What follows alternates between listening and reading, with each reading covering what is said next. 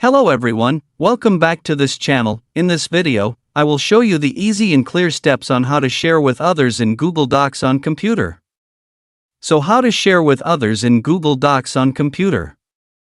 Make sure you keep watching this video until the end. Let's get started right away. Firstly, just go to Google Docs on your computer or laptop.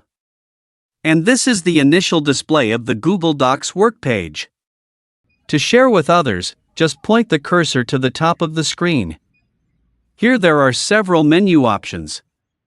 Tap this file menu. Here there are several menu options. Tap the share menu. Here a menu appears like this. Tap menu share with others. Here a menu appears like this.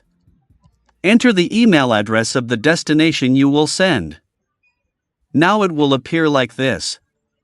Now here you can add a message in this share file by typing here.